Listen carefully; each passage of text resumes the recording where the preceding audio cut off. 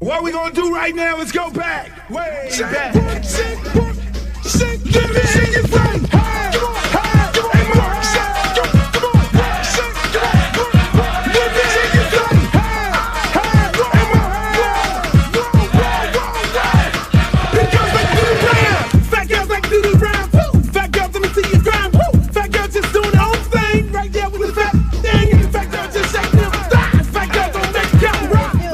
Baby. What's up? I thought you was gonna start hanging out with the big girls again. What is all this trash?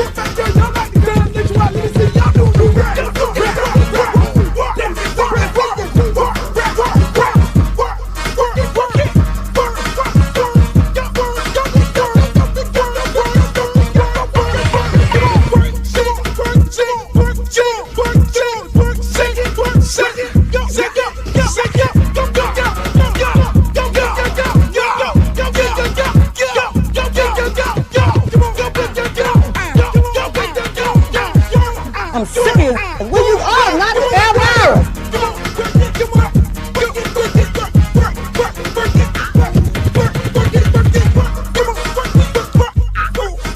Oh, not the Britney Spears. Hey, how you doing?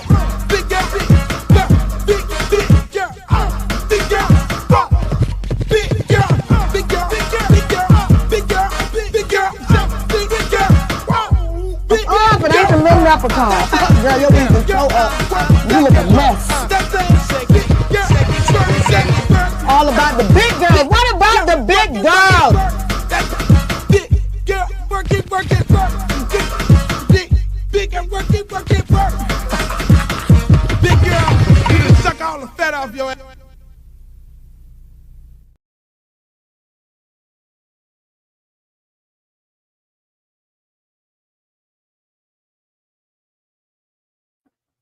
Yo, welcome to another edition of the Uncle Luke Show podcast. Ladies and gentlemen, we are brought to you by www.lukegear. You can go get your Luke gear at www.lukerecord.com. Also, we're running a campaign.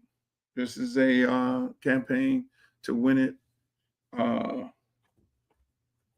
lost for words today. You can see I'm a little confused because I normally do the show on Fridays, Monday, Wednesday, and Friday. But this is a special edition of the Uncle Luke Show podcast because there have been some special things that have happened that came out of the Supreme Court. Later on tonight, I'll be on a show, West Side Gazette. Make sure y'all check that out, West Side Gazette. They're on YouTube. But today it is a very, very, very special uh, edition of the Luke Show because Donald Trump has gotten his Supreme Court to rule in his favor to basically deport people, taking away their temporary protective status, which is called TPS. You probably heard that in the news. And so that is a very serious issue that is that warrant me to get on here right now because I'm running for Congressional District 20. And in Congressional District 20, there are quite a few people, a large amount of Haitians that are in this district that are here on temporary protective status. And their status in this country is up, is up for revoke, put it that way. Supreme Court made this ruling today to take away these good folks' protective status. Now, there is a bill that went through the House that, bipartisan group of Democrats and Republicans passed a bill to extend the temporary protective status for immigrants in this country, to extend it to extend it 3 years. It has to go through the Senate, which will be on Tuesday. The Senate then has an option to vote on this particular bill, and that would then need to go to Donald Trump to sign off on. But he just got this big win today. So the likelihood of him signing off on this bill is slim to none. And even with that, I mean, he just had a big pissing match with Senate Republicans about supporting a homeowners bill, which would not allow any organization to own over 360 houses, which would, it's a big major developers bill. And as you know, the developers are heavily in the space of politics because these developers want to come in and develop, gentrify, put up over 360 units in any situation. So that, even though that was voted on bipartisan with the Senate and Congress, that has Trump had this big fight with that because some Republicans kind of pushed back on his war. They wanted to know what the hell is going on with the war. Nobody knows. And their constituents are getting antsy. Republicans know that there's a strong possibility that they're going to lose the midterm. And that is why they're working with Democrats. And Democrats are working with them so that they can get some things passed in this toxic environment. And so it's coming down the line, man. August is here and November will be here before you know it. These midterms are going to tell a whole lot. That's why because I'm running for Congress, hoping that you guys vote for me, hoping that you support this campaign, so we can bring the change into Washington that's so desperately needed, which is what it's all about. I mean, that's what I'm running for. I'm running on change. I'm not running to be the guy to go up in there and do business as usual. Right now, today, there's a lot of people in my district that don't know their faith. And I mainly blame it on the individuals who I'm running against. And I know some people might say, well, how could you blame it on them because it's a Donald Trump situation? No, they could have, when these are career politicians. I have the congresswoman who got expelled, who you would think the first Haitian elected congresswoman, you would think she would go in guns a-blazing, trying to protect the status of so many of her constituents that voted for her. You would think that. You would think that she would go and tackle the issue of temporary protective status and get it extended on day one of her getting in. Those people voted for her. They supported her. They voted for her in large numbers. That is how she became a congresswoman, the first Haitian congresswoman. And she let those people down, because we should not ever run up to a situation where there is a situation where people's status can be taken away. It's like the Civil Rights Voting Act. For the life of me, that it comes up every so many years that they can actually take our right to vote away. And so I don't understand why people don't attack these issues head on. Then on top of it, you have another congresswoman,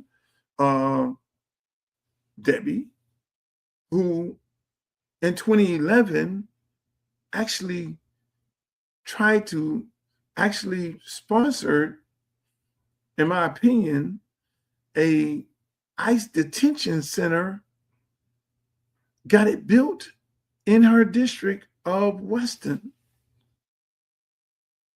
So mind you, these two people are running for Congressional District 20, which a large part of this district is filled with people who are here on temporary status. I really don't understand this. I really don't understand this. How could you, like, these people just have no morals. And then you have the former mayor in this race, who's Jamaican, by the way. I'm half Jamaican, I'm half Bahamian. But he's Jamaican everything. Jamaican, don't care nothing about nobody but Jamaican people. That's fine. If that's what we cape for. But at the same time, there are some Jamaicans that are on temporary status. So you've been the mayor for all these years. You claim you got all these politicians who are endorsing you, and some of them are on temporary status. And nobody thought that this day would come. If you sat there and looked at the 2020 plan, the 2020 plan was about getting rid of immigrants out of this country. But yet and still, these people are running around trying to get the vote of the people the very people that they are supposed to be representing. It's called, I am your representative. I will do any and everything to protect your status in this country, to bring down the high cost of grocery, the high cost of gas, all these things that they have on their platform. But yet and still, they've done nothing to prevent these things. You have to put preventable measures in place. Are you with what they're doing? Or you're not? But yet still, if there's a war overseas, everybody is voting like all outdoors, standing outside Congress, talking about funding these wars, but not protect the status of the very people that you're asking for their vote. And for the life of me, you have these pastors in this district. I'm not going to let y'all off the hook, because if you're in the back room meeting with this lady and doing all this, do you ask her this question? Do you ask these people this question? Do you ask them these questions? Well, so we have a large immigrant community right here. So in 2011, you spearheaded a campaign to build a ICE detention center in Weston, in the district that you lived in, because you wanted to put people in, deport people. Did you ask that question? Did you ask the question, hey, look, Congresswoman, you're the first Haitian Congresswoman. Did you spearhead? Why didn't you carry the bill to protect the status of Haitian people? Why were you not the sponsor of the bill? Why? Hey, white lady, Why were you not the co-sponsor of the bill to protect the status of the targeted people, Haitians? You see what I'm saying? I mean, you know, I'm running against 4 people. I'm running against 3 of them are career politicians. 3 of them are career politicians that are solely responsible for what just happened today. Yeah, Donald Trump, I told y'all everything that was going to happen. I sat here and told you Debbie was going to get in this race. Nobody believed it. I told y'all when TPS was overturned and it went through the courts, the judge say, oh no, and then I knew it was going to fly up to the Supreme Court. And I told you once it get into Donald Trump's Supreme Court that they were going to rule for him. That is his Supreme Court. And now we're sitting here right now today in a situation where people are calling me saying, Luke, you told us it was going to happen. Yes, I did. But for the life of me, and you won't see this over the news, Sun Sentinel won't jump on this. They won't go hard at these career politicians to ask them, why didn't they do anything to prevent this day from coming? Because that's what it's all about. It's all about preventing this day from coming. When you're an elected official, because everything that happens right now is going to affect you in the next 5 to 10 years. So if you know you're going to lose and Trump is going to be the president, you put protective measures in to protect the status of the people of your congressional district. Everybody in the world saw the 2020 plan. They knew what he was coming in. He was, the border. As soon as J.D. Vance jumped out there and started saying Haitians eat cats and dogs, it should have been an outcry. But if you have an embattled congresswoman, and if you have a white lady from another district right next door to you, who, by the way, now is running for you, don't say nothing, and her homeboy Moskowitz, don't say nothing, and Lord Franco up in Broward, don't say nothing. None of these people said nothing, but yet and still they want your vote. Yet still they want your support. Yet still they got the galls to come into the community who have just been issued the deportation death penalty. I talked about this. This is a major part of why I'm running. I coached at Little Haiti High School, Miami Edison, for 7 years. I'm friends with so many Haitian Americans. 95% of my friends are Haitians. The guy I go to the cigar bar with, the guy I go to the game with, the guys I hang out with, those are my friends. The guy I buy my tires from, those are my friends. Those are my friends. Heavily supporting me in this race. And so I'm sitting on here with a special edition of the Uncle Luke Show podcast. I'm sitting there. This is a horrible day, which Ray Charles could have saw it coming a million miles away. So people always ask me, like, why are you running for Congress? Because these are the type of things that are affecting us that you know is getting ready to happen. I can sit up here and bore you all day with the things and the moves that the Republicans are trying to make on Black people that haven't even been played. It's a chess game.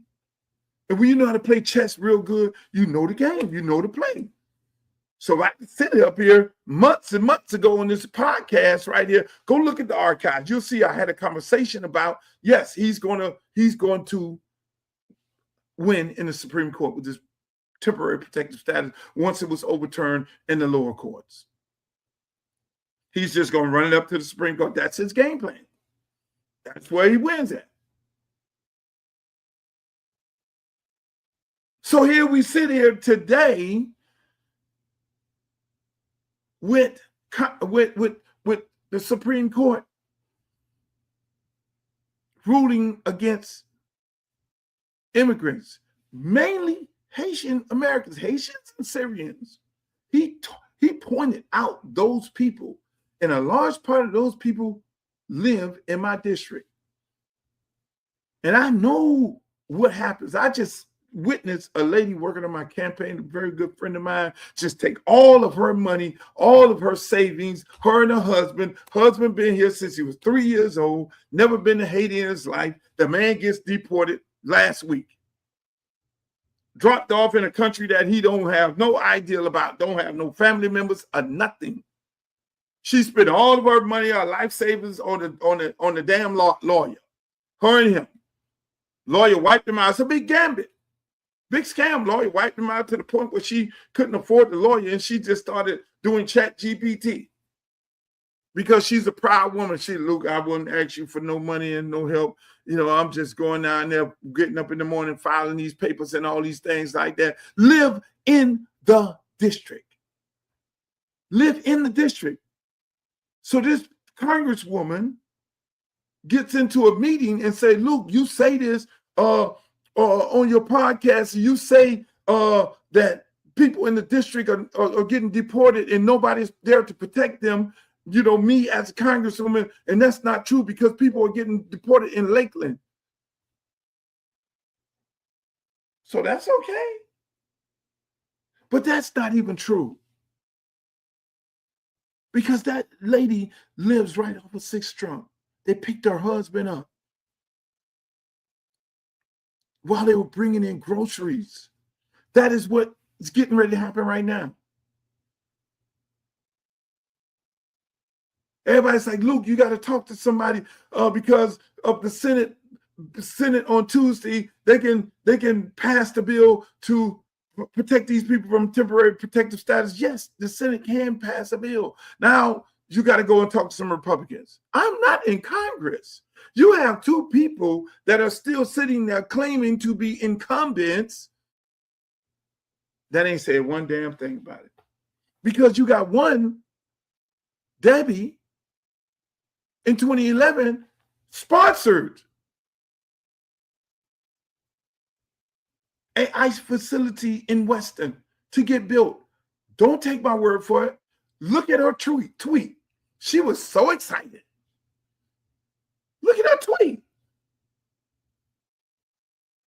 It took a congresswoman from Massachusetts to sponsor the bill that went through Congress right now to protect the status of these people. And not these people around here. And when you look at the good people, these good Haitian people, they don't bother nobody. They go about their business. They work hard. They don't bother nobody.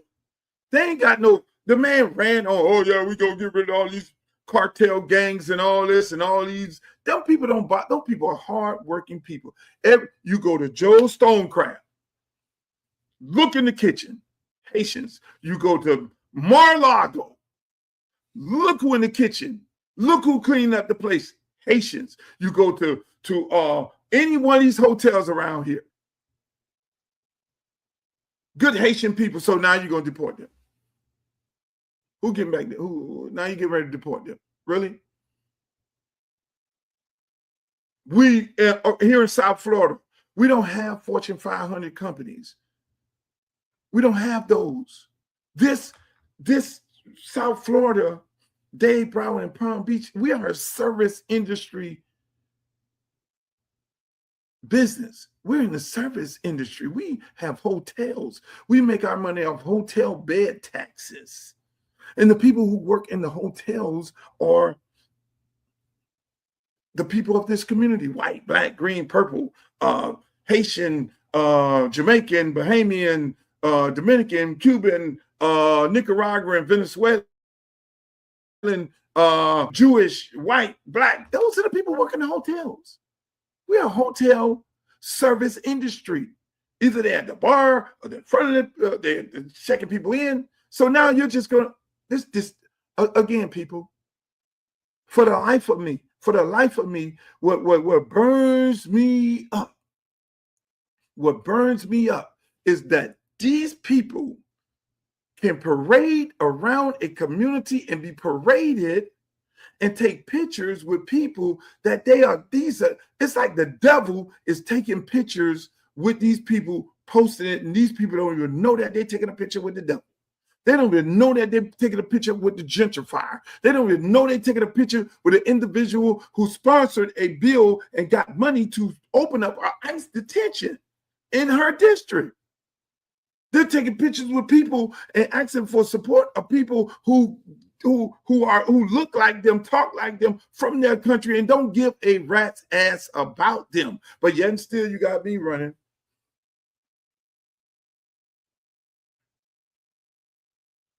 Oh, I'm the former mayor. You're the former mayor of what? You gentrified the neighborhood. I got all these people here supporting me, all of them. Yeah, y'all getting ready to try to finish the job. And you're Jamaican. And don't think for 1 minute they're just going to go. It's all immigrants with on here on temporary status. So that means fair game to anybody that look like us. Fair game to anybody that look like us. When you go down to Chrome or wherever, Alcatraz or whatever, it ain't just Haitians in there. They use the Haitian thing. It's about everybody in there. So here we are sitting here today. I'm running again. That's why they keep telling. That's why it sickens me. It sickens me when every day I think about it. These assholes actually call me, talk about consolidate to come up with one person to be in this race against the white lady when the numbers ain't even there. When the numbers are, so I look. And I look around, everybody in that room. At some point, I'm going to ask everybody who brought me in these rooms, who paid you? Because my time is precious. Because time is money. And I literally sat there, but I sat there every day thinking about what the fuck am I doing in this room with these people right here? Who paid y'all? Why y'all in here having this conversation with me, and then my field guy breaks down the numbers, and I'm like, these people are really trying to play me. But going back to the mere fact that who in this room can fight for these people at this moment in these times? This man, I said it back then. Something else. Joe Biden, I'm thinking about packing the court. I don't know, go to my social media, pull it up. I said, pack the court, dummy. If Joe Biden did anything wrong, and I call the dumbass man did not pack the court. Because if he packed the court, we wouldn't be in this situation right now. And these people get ready. I'm just thinking, I care about these people. I put so many of these Haitian kids in college to find a better way, where I had to sit there and have a conversation with their parents who don't even speak English, with an interpreter on my team. I literally had a coach that his job was to interpret to the parents what we're doing and how we're working, how we're interacting with the kids, because they couldn't speak no English. And I'm in this race with a bunch of people who are users.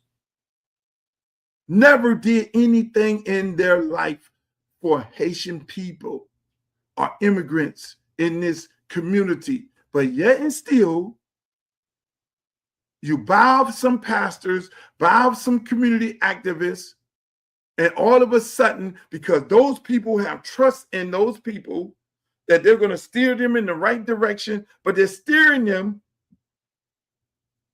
into a slaughterhouse. They're steering these people into a slaughterhouse. So I go back to myself and I'll be like, they say, yeah, should consolidation, it's y'all against the one white woman. Man, it's me against all these politicians. I ain't never ran no shit show race like this. No, they should be consolidating. You got the Jamaican man, he was the damn mayor. He gentrified all of Broward County as the mayor, and he put a whole bunch of other gentrifiers in office. That's why he got a whole list of people on there who endorsed him, and every one of them people who endorsed him, their ass need to be replaced because they own some gentrifying shit. He could have prevented this, but he didn't care. He didn't care because he was too busy, in my opinion, greasing his pockets.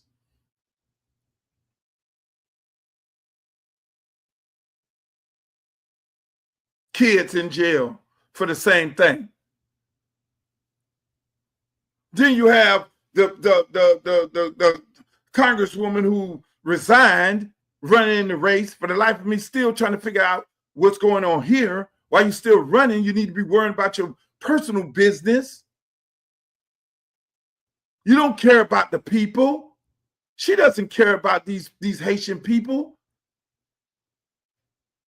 You only care about yourself. You should be getting behind a candidate that you know that's going to do the right thing for these people, a candidate that has done the right thing for these people, but no, the ego is too fucking big. You have a federal indictment. The feds have a 90% conviction rate. Only thing you'll do is split the vote. Everybody, in my opinion, everybody ain't enough for the white lady. You have no way of winning. You didn't do nothing to protect these people's status. Your own people. People ask me, why are you running? Why are you? Because that's what I do. I go into bad situations, I fix it, and it comes out better than I found it. A lot better. Go to Miami, Edison, see how dirt football field, no irrigation system, is turf right now. A building that's dilapidated with rats and infested and all kind of shit in the building, it's remodeled with a state-of-the-art locker room. Go to a park where we're in rat-infested, one boxing gym, it's renovated, a 28-acre park. I put in the work. Same thing, put in the work to help them get the resources and overtime for $26 million. I put in the work.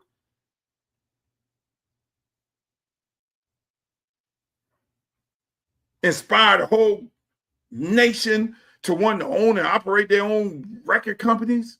Put in the work. Eliminated the beef between Broward and Dade County. We put in the work. So I'm sitting up here looking at the situation. The situation is bad because they've allowed the gentrifiers to take over Miami. And the last frontier of South Florida right now is Congressional District 20, Broward County. I go knock on door to door, take yard signs, talk to people at restaurants. It is so many people that have moved from Dade County to Broward County because they saw what was going on.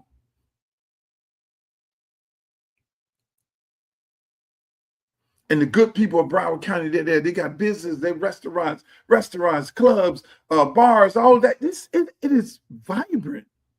It works. In Miami, it's gone. All that is gone. People can't afford to live here. This is the whole play, people.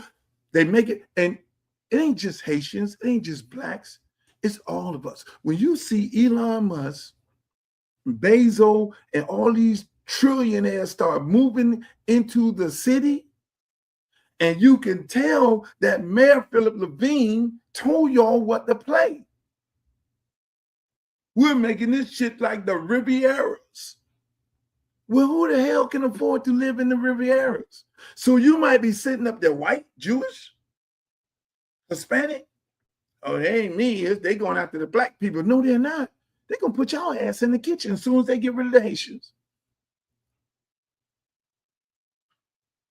The cost of living goes up. It's no Fortune 500 companies here. What you got? Law firms? You got Brickell? You got downtown You got downtown Fort Lauderdale? Really? You got Los Olas? Where's the Fortune 500 companies that you can go get a job as if you were in Buckhead in Atlanta, where it's the Coca-Cola plant and the corporation of Mercedes-Benz and all these places where you can go get six-figure jobs? You don't have that here. This is a service industry. That's what you have here. Everybody's Amazon this and Target this. In a minute, Amazon is going to have robots doing the job. Y'all don't see that coming? Y'all really sleep at the wheel? Those jobs will be eliminated.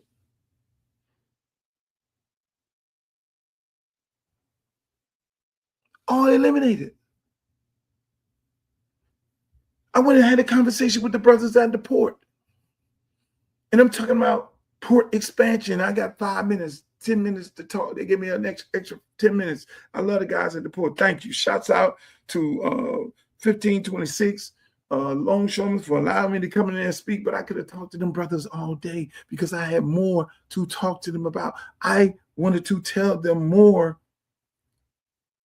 about why they have double amount of passengers coming into Miami than they have Port Everglades. I did mention who controlled the port. Who's the actual congressmen and women that controls the port? It's Jared Moskowitz, and it's been for a very long time, forever, Debbie Wasserman Schultz. And they never did nothing for those port workers. They never expanded the port. They never drugged the port, the water. They never expanded it to where they can bring more ships in to bring more money in to then do what? Bring more money into Broward County. These are simple things. These are simple fixes. But when it's all about you, the individual, and it's not about the people, I'm running against a bunch of people who don't give a rat's about people.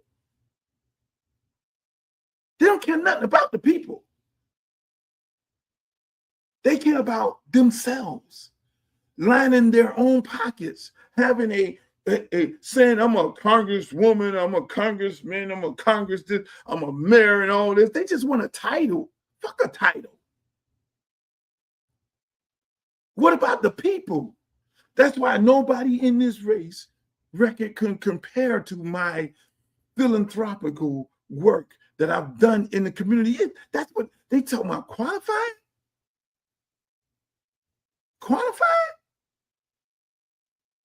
Qualifying, they should have on that simple ass application that you need to have done X amount of community hours and have done X amount of community service in order for you to be able to qualify to run. None of them people. You got this, the white woman, what she did.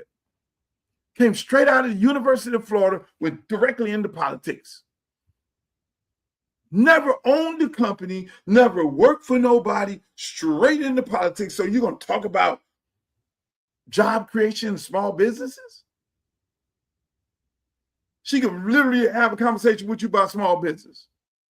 Mind you, small business, and help a whole lot of people open up their small businesses and help a whole lot of people become multimillionaires. You're going to talk about, the kids at the school and helping them with trade schools and these different things of helping them become better people and helping them get jobs to go on and be great people in society. Even the ones who decide that they don't want to go to college. How could you talk about that when you never lived that life? Tons of kids went to college, finished college, got beautiful families. Them fucking people in this race, excuse my French, can't come nowhere near my resume. Nowhere near it. Because I'm the guy that got in a van every year for 18 years, driving down the highway with football players to get them an opportunity to get them looked at. No different than a trip to go to a college on a college tour. And 95% of them got a scholarship, whether it was Miles College, University of Miami, University of Alabama, or FAMU,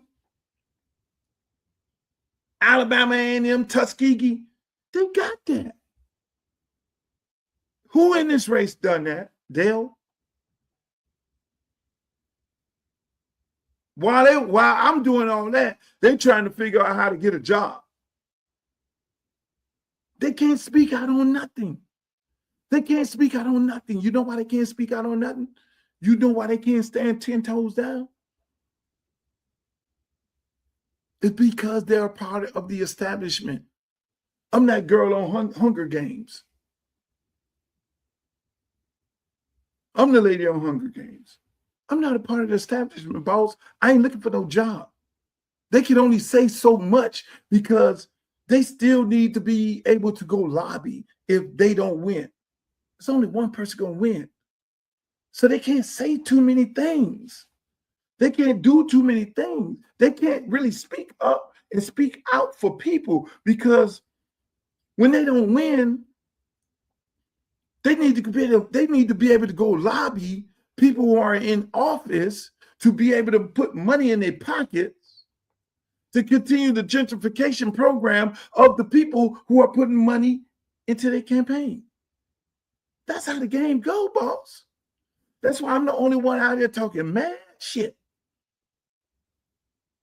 Because I'm not taking no special interest group money. You can't pay me off. They ain't do it in the music industry. And they ain't finna do it right now. What was I offered to be paid off?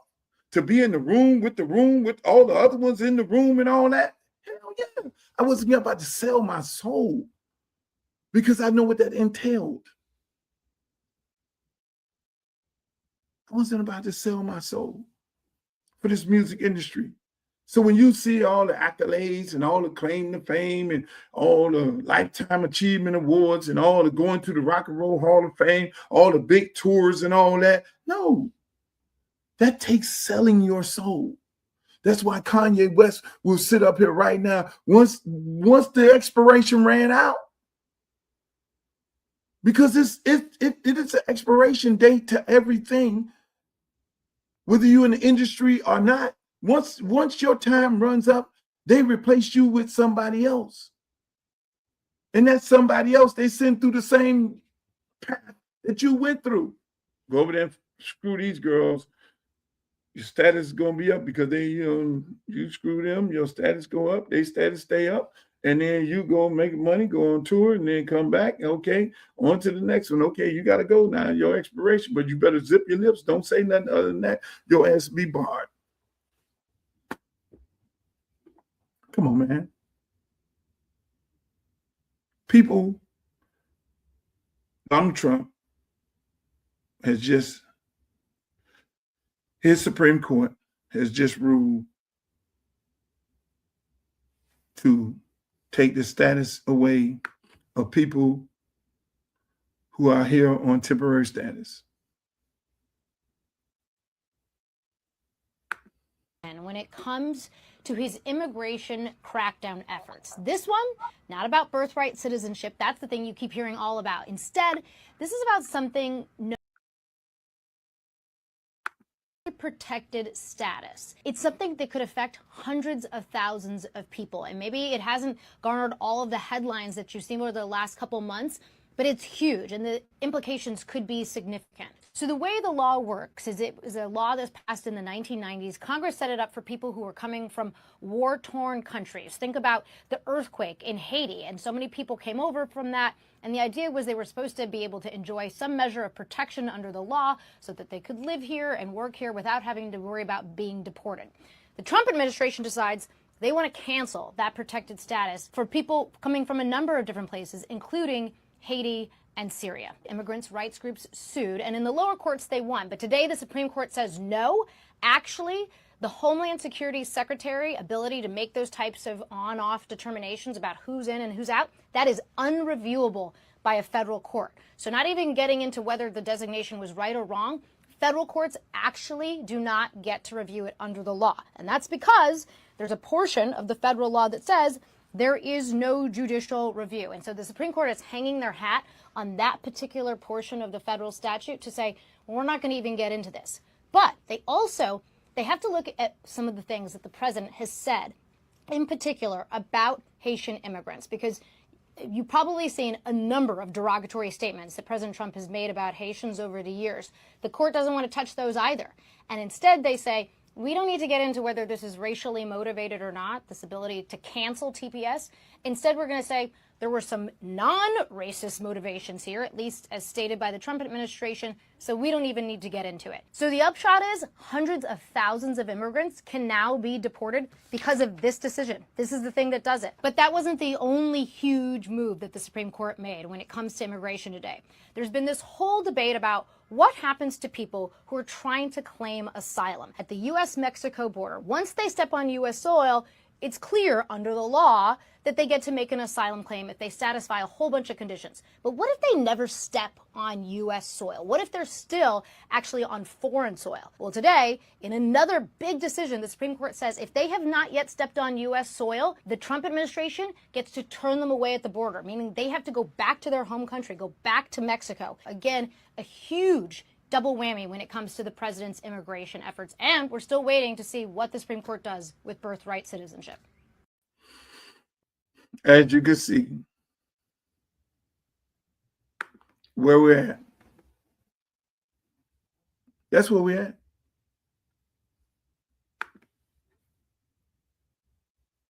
That's just happened today. And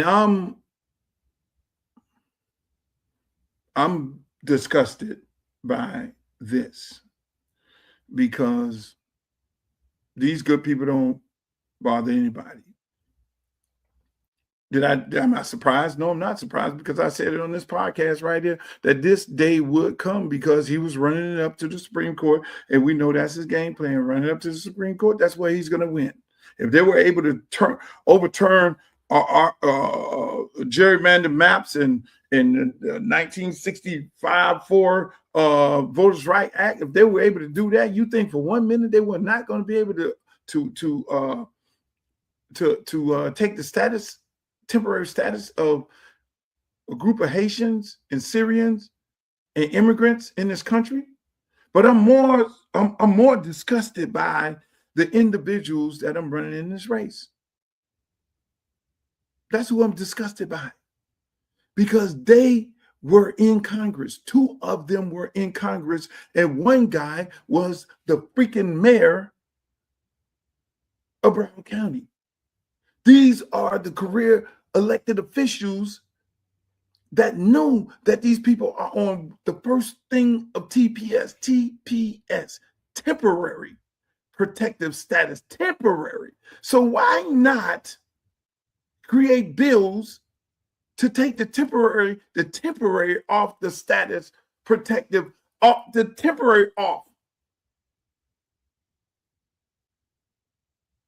and create a pathway of these people being able to live here free of any temporary status?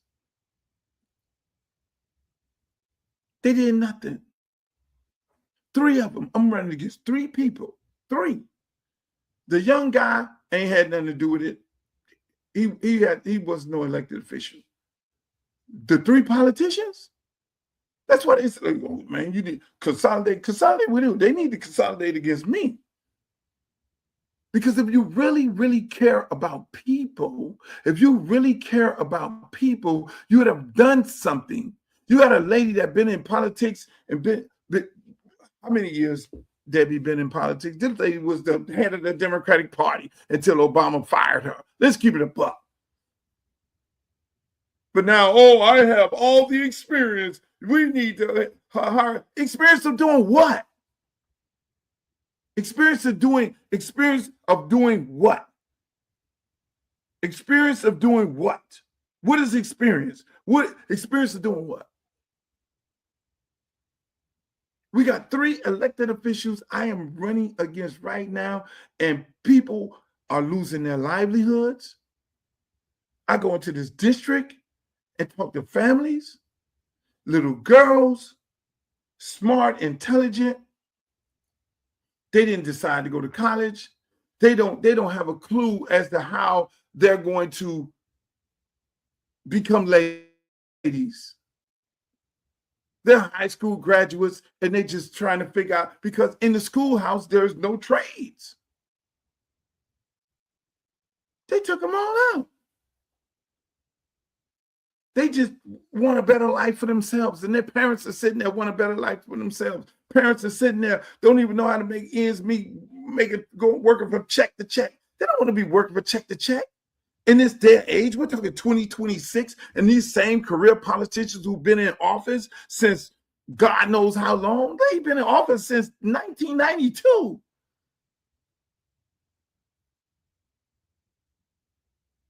And they're just running. Look, man, I sit there and look at these people, man.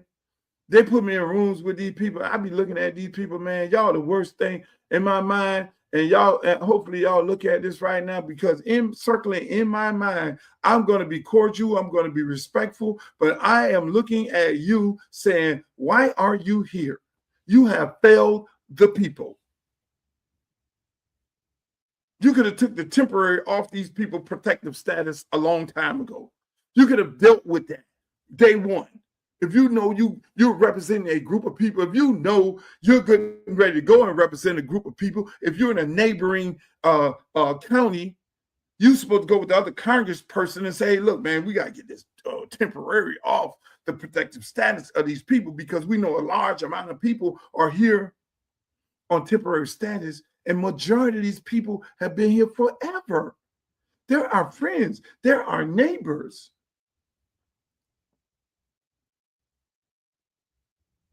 But they did nothing about it.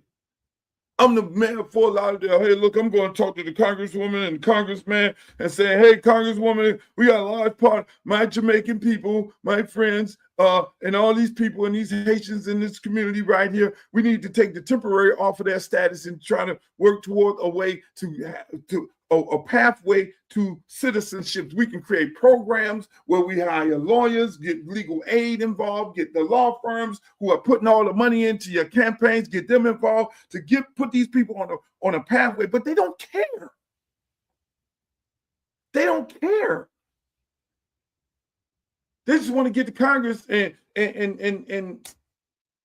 make money off the stock market. They just want to get to Congress to sponsor wars.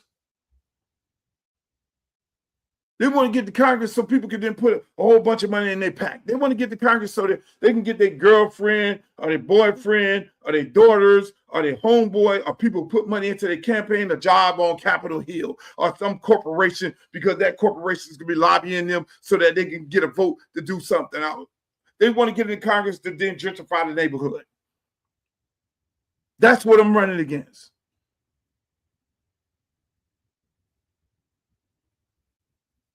It's sickening, people.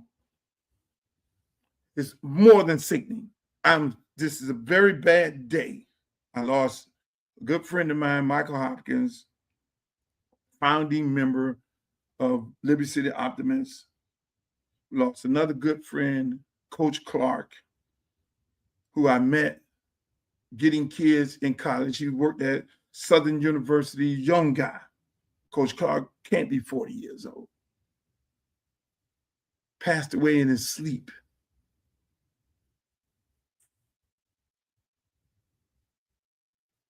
These are serious times, people.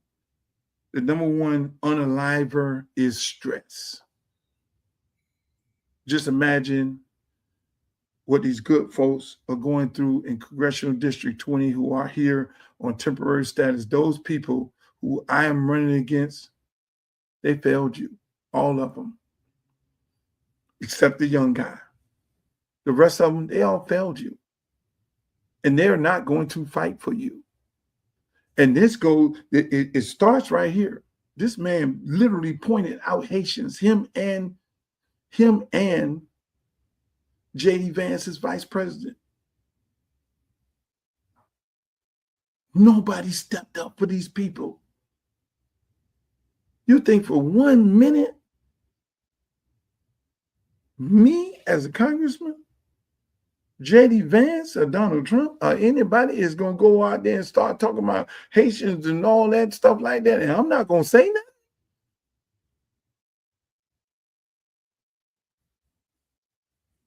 You got me fucked up. You think I'm not going to, you think I won't fight for these people? But again, everybody ain't in it for the people. Ladies and gentlemen, I got to go do another podcast, Westside Gazette. I want to thank you all for being here.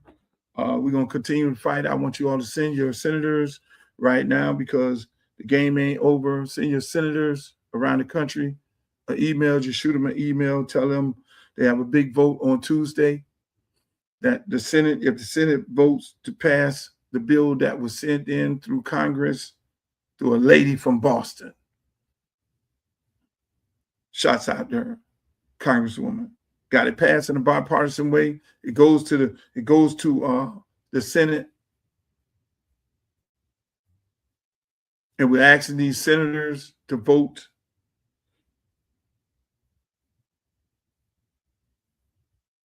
to protect the status of these immigrants. Please send that email into them, whether you're Democrat, Republican, or whatever you may be. Send it into your senator. Right now is a very important time. And we all could pray by Tuesday that it gets passed, but then we're going to have to deal with the orange man because he has to sign it into law. And the likelihood of him doing it, if a lot of senators pass this bill, if a lot of senators sign on to it, it will kind of force him to then make a decision.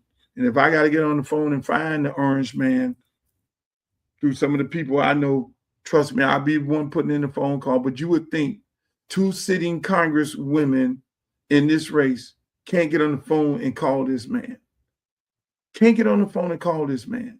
Can't get on the phone and call Donald Trump. Can't get on the phone and call up senators. But right now they'll look at this broadcast and say, oh, I'm getting on the phone and call some people. Or if the Senate passes, they're going to then try to take credit for it, which they ain't take credit for shit because it shouldn't be in the, these people should not be in the situation right now. That's my show, ladies and gentlemen. I love y'all. Peace. See you tomorrow. The next great congressman from the state of Florida, and his name will be Luther Campbell. I'm civil rights attorney Ben Crump, often referred to as Black America's Attorney General. I grew up in Fort Lauderdale, Florida, went to high school at South Plantation High School. My dad still lives in Parkway. We want to make sure we have a strong advocate from our community who understands our culture to go fight for us in the United States Congress. So make sure you go vote for Uncle Luke Campbell for Congress on August 18th.